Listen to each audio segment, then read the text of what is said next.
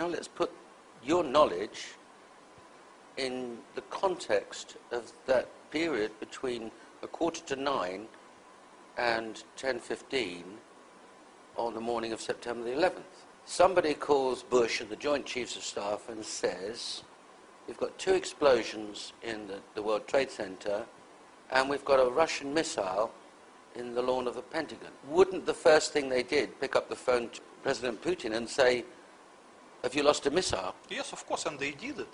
As you can review the timetable of September 11 events very carefully, you will see that there were telephone conversations between Putin and Condoleezza Rice. Putin also tried to talk to Bush, but Bush was in the plane, so he was not available for conversation. Okay, so let's put it in context. America is under attack. Yes. Someone discovers that there's a nuclear device in the Pentagon. It's not exploded. No, it did not explode. Right. If it would explode, we will not see Washington today. It's a half megaton. Sure. It's more than 25 times bigger than Hiroshima bomb.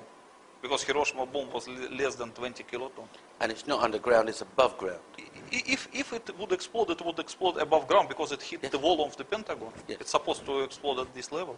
So then what happens next? The Doomsday plane you talk about in your book.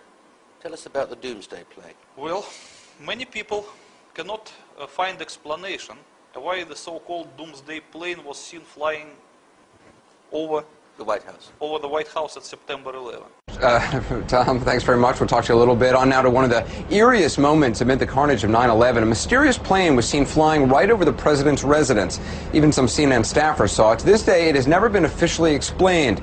Tonight, Chief National Correspondent John King has new details about this great 9/11 mystery. Today, 6 years after 9/11, the mystery endures about just what happened in the skies over the White House that terrible day. A plane flew right over it. But why? And what was it? For conspiracy theorists, the image is a gold mine. Go back to that morning. Suddenly, an orderly evacuation of the White House turned hectic. In New York, the Twin Towers had collapsed. There was word of an explosion at the Pentagon. And then Secret Service warnings of another plane still on course for Washington.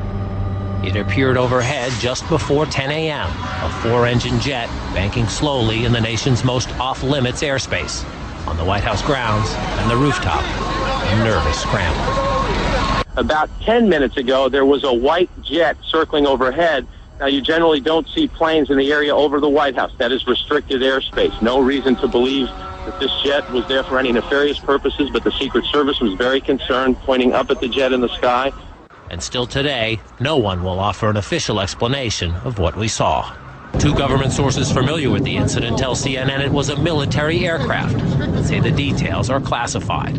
This comparison of the CNN video and an official Air Force photo suggests the mystery plane is among the military's most sensitive aircraft, an Air Force E-4B. Note the flag on the tail, the stripe around the fuselage, and the telltale bubble just behind the 747 cockpit area.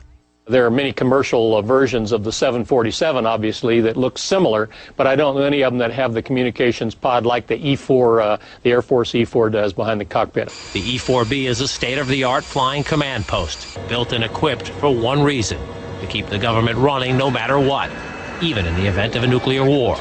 The reason it was nicknamed the Doomsday Plane during the Cold War. They exercise this type of thing all of the time, and they simply don't talk about it. So it doesn't surprise me that they are very closed-mouthed about it. Ask the Pentagon, and it insists this is not a military aircraft, and there is no mention of it in the official report of the 9/11 Commission. Commission co-chairman Lee Hamilton says he has a vague recollection of someone mentioning a mystery plane, but staffers who looked into it never raised it as a relevant issue.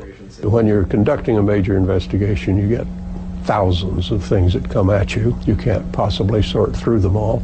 This never rose to the level of a discussion within the commission. To some, the lack of any official explanation feeds an ominous conspiracy. This is from an online discussion about the plane on the website 911blogger.com. I have always thought these planes were exactly that, mission control for the 9/11 attack on our country. 9/11 Commission co-chairman Hamilton calls such talk ludicrous. We, of course, heard the conspiracy theories about the president ordered the attack and the Defense Department was involved. We saw absolutely no evidence of that. But 6 years later, the Pentagon, the Secret Service, and the FAA all say they, at least for public consumption, have no explanation of the giant plane over the president's house, just as the smoke began to rise across the river at the Pentagon. John King, CNN, Washington. And many people mistakenly believe, especially conspiracy theorists, that the doomsday plane was the main tool of the perpetrators. So they believe that September 11 was organized by the US government, and the doomsday plane was used as a flying control center to set the things in motion. They cannot find any other explanation to this strange thing. And the American government, in turn, tries its best to deny the existence of the doomsday plane and its flying at September 11. This attitude of the US government increased the suspicions of the conspiracy theorists. Yes. But according to what I explain in my book, the story is totally different. First of all, the American government has nothing to do with the September 11 perpetration. It was just a victim.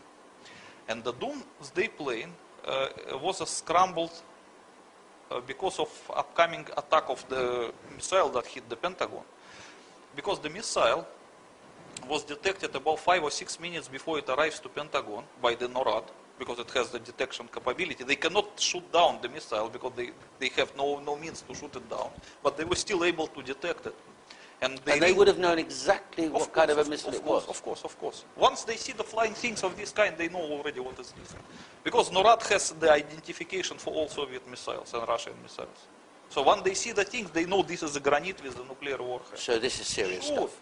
They got it immediately. Okay. So they rang the atomic alert about the next minute they detected the missile. And at this time, the doomsday plane was scrambled from somewhere near Washington, and the other 3 doomsday planes somewhere else in the United States of America, because there were 4 of them, and 4 of them were airborne. And that's the first time in history that that's happened? When the planes were scrambled at the result of alert, I am not very sure. But I think so. Unless maybe they were just scrambled on some training exercise or whatever. But what I can tell you for sure, what was happened at the first time in America, is that the commander of NORAD, when he received notification of the atomic alert and the upcoming nuclear attack, immediately went from his unprotected command post to his protected command post, which is located in Cheyenne Mountain, Colorado. Mountains, yes. And once he arrived there, he ordered to close the steel anti-atomic doors, which looks like a safe door you can see in this picture. Yes. This is an incredibly thick door that can probably save this mountain from the nuclear explosion nearby. And this happened the first time in American history. Never ever happened before. No, this door has never been closed in the American history. This was the first time. Okay. What happened to the command structure? The president, the vice president, the speaker? As everybody who researched the timetable of September 11 probably remembers, that president was in Florida delivering some speech in elementary school or whatever. So he was not available. But the vice president, who was in the White House along with the Secretary of State Condoleezza Rice, were immediately taken by the guards to the anti-atomic bunker under the White House. And this is publicly available information. You can see it at the officially published timetable.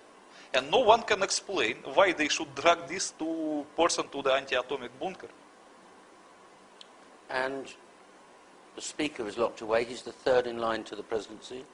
Excuse me? The Speaker of the House. The Speaker of the House was not dragged into anti-atomic bunker as fast as Cheney. Vice President Cheney and Condoleezza Rice.